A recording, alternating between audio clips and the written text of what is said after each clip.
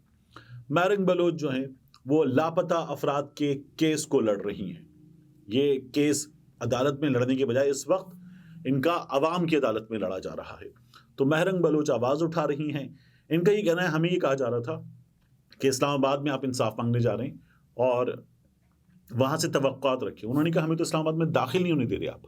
جب داخل ہونے دیں گے تو پھر ہم انصاف مانگیں گے، اپنی بات کریں گے. لیکن مہرنگ بلوچ نے یہ اپنے ٹویٹر پہ بتایا کہ ان کے ساتھ ہو کیا رہا ہے. ان کے بارے میں بہت سے لوگ اچانک حیران ہیں کہ یہ کہاں سے آئی ہیں. ڈاکٹر مہرنگ بلوچ جو ہیں یہ MBBS کا رکھا ہے انہوں نے اور 2018 سے سوشل میڈیا پر موجود ہیں. مناسب ٹویٹر اکاؤنٹ ہے ان کا اور یہ وہاں سے اپنے اس کاز کے سلسلے میں، جسے یہ کاز کہتی ہیں، آواز اٹھاتی رہی ہیں. اب ان کو اچھی خاصی سوشل میڈیا پر سپورٹ تو مل رہی ہے.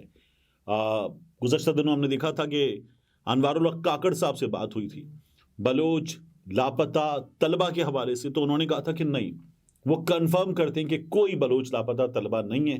پھر لسٹ سامنے آئی اور انوار الحق کاکڑ جو ہے وہ غلط ثابت ہوئے. اب مہرنگ بلوچ جب ٹویٹر پہ آپ جا کے دیکھیں ان کے اکاؤنٹ کو تو آپ کو نظر یہ آئے گا کہ آج کل یہ سوشل میڈیا پر ذرا کھلبلی مچاتی ہوئی نظر آ رہی ہیں اور اچانک منظر عام پر یہ چھا گئی ہیں. لیکن مہرنگ بلوچ جو ہیں یہ عبدالغفار لانگو صاحب کی صاحبزادی ہیں. وہ ٹویٹر پہ انہوں نے تصویر بھی لگائی ہوئی. ان کا پینٹ ٹویٹ ہے کہ یہ میرے والد ہیں، سیاسی استاد ہیں اور اب یہ مقدمہ اپنا عوام کی عدالت میں لے کر جا رہی ہیں. ویڈیو ان کی یہ ہے. اب کچھ دیر پہلے تک تو یہ بتا رہی تھیں کہ ان کو اسلام آباد میں پریس کلب کے بجائے اس بات پر راضی کیا جا رہا ہے کہ آپ لوگ دیں، دھرنا دیں، احتجاج کریں، جو بھی آپ کو اپنی ایکٹیویٹی کرنی ہے کریں، لیکن اس کے لیے کسی پارک میں جائیں، آپ لوگ پریس کلب نہ جائیں. اب پریس کلب پر احتجاج ہوتا ہے اور ہمیشہ ہوتا ہے. کراچی پریس کلب، یہاں پر لوگ آتے ہیں، بیٹھتے ہیں اور احتجاج کرتے ہیں. لاہور پریس کلب کے باہر لوگ احتجاج کرتے ہیں. کئی دفعہ تو لوگ جو ہے وہ 100 دن سے زیادہ احتجاج کرتے ہیں، سینکڑوں دن احتجاج کرتے ہیں. اسی طرح سے ہم نے اسلام آباد میں بھی احتجاج ہوتے ہوئے دیکھیں، لیکن ان کو منع کیا جا رہا ہے. اب دیکھتے ہیں بنتا کیا ہے. ہمارے ہاں یہ جو مسئلہ ہے یہ برسا برس سے چل رہا ہے اور اس میں ایسے بھی کیسز موجود ہیں کہ ہم دیکھتے ہیں وہ بلوچ سرداروں کی اولادیں ہیں اور بہت سے لوگ ملک سے باہر بھی ہیں اور ان کے ہمیں انڈیا میں بھی کچھ تعلقات نظر آتے ہیں. تو ایک جانب ریاست کی شکایات ہے، ایک جانب بلوچ افراد کی شکایات ہیں اور اس میں درمیان میں ہونا چاہیے، ہمیشہ میں ہر معاملے میں کہتا ہوں عدالت کو ہونا چاہیے جو معاملہ حل کرے. لیکن ہماری عدالت، اور اس وقت تو چیف جسٹس بھی بلوچستان سے ہیں، اکثر معاملات پر آنکھیں بند کر لیتی ہے. اس لیے ایشوز ریزالو نہیں ہوتے. عدالت ایشوز ریزالو کرے گی تو معاملات حل ہو سکتے ہیں، لیکن انفارچونیٹ ہے کہ ہمارے ہاں ایشوز ریزالو نہیں ہوتے اور اب بھی ہمیں ایسے ہی نظر آ رہا ہے. آخر میں آپ سے عرض کروں کہ army chief general Asim Munir صاحب یہ امریکہ کے دورے پر ہیں. ان کی سینٹ کام کے سربراہ سے بھی ملاقات ہو گئی، ان کی امریکی وزیر خارجہ اینٹونی بلنکن سے بھی ملاقات کی تصویر آ گئی اور ہمارے یہاں ایک اور بات کی گئی کہ انہوں نے کچھ خطاب کیے پاکستانی کمیونٹی کے لوگوں سے یا تھنک ٹینک وغیرہ سے. تو ان خطابات میں کوئی خاص بڑی تعداد میں لوگ موجود نہیں تھے. At the same time on the other hand یہ بھی کہا گیا کہ نہیں، بہت مناسب تعداد میں لوگ تھے اور یہ جو بات کی جا رہی ہے بیرون ملک بیٹھے عناصر کی جانب سے، یہ بات غلط ہے. اب خبریں، اس کی رپورٹنگ کیا ہے اس کو دیکھ لیں آپ کو کچھ چیزوں کا اندازہ ہو جائے گا. اور اس میں ایک بہت بڑی پالیسی، پاکستان کی پالیسی کے حوالے سے ہمیں چیز نظر آتی ہے.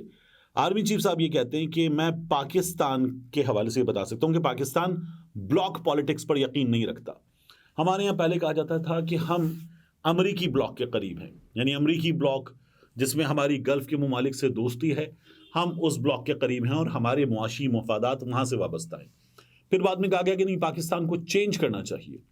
ہمیں چائنا کی جانب، رشیا کی جانب، ایران کی جانب دیکھنا چاہیے کہ یہ ہمارے نیبر بھی ہیں اور ہمارے مفادات بھی ان سے وابستہ ہیں، ہمارے توانائی کے بڑے مسائل ہیں وہ بھی ان کے ذریعے حل ہو سکتے ہیں۔ امریکہ نے تو ہمیشہ ہمیں لالی پاپ دیا ہے، ڈو مور کا مطالبہ کیا ہے، ہمارے لیے کیا کچھ نہیں جو امریکہ کو کرنا چاہیے تھا۔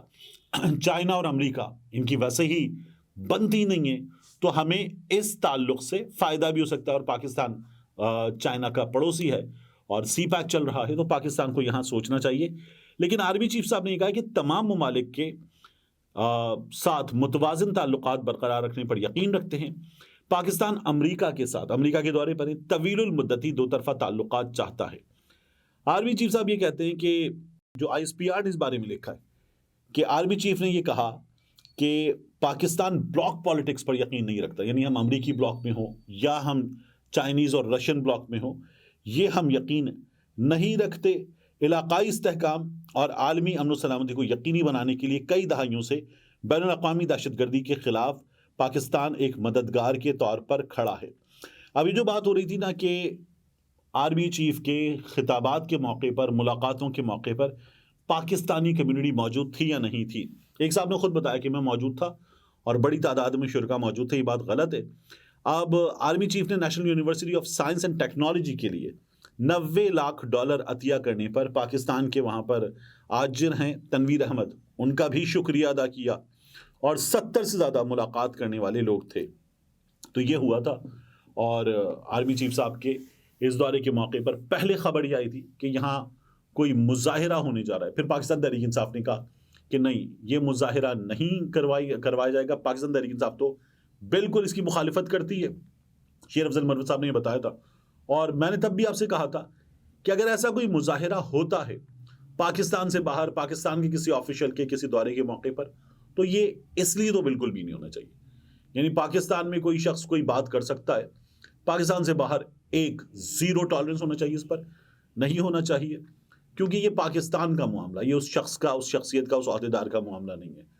دوسرا، لیڈر لیس معاہدہ اگر مظاہرہ ہوگا تو لیڈر لیس مظاہرے کا پرابلم یہ ہے کہ وہ ان گائیڈڈ میزائل ہے، وہ کہیں بھی جا کے لگ سکتا ہے۔ اس کی ڈائریکشن کیا ہوگی، اس کے ورڈز کیا ہوں گے، اس کے پوسٹرز پہ کیا لکھا ہوگا، اس میں کن حدود و قیود کی پابندی کی جائے گی، کیونکہ آئینی حدود و قیود ہے، تو ان گائیڈڈ میزائل ہو سکتا ہے اور وہ نقصان پہنچا سکتا ہے، اس لیے اس سے اجتناب کرنا چاہیے۔ ملتے ہیں انشاءاللہ آپ سے اگلی ویڈیو میں۔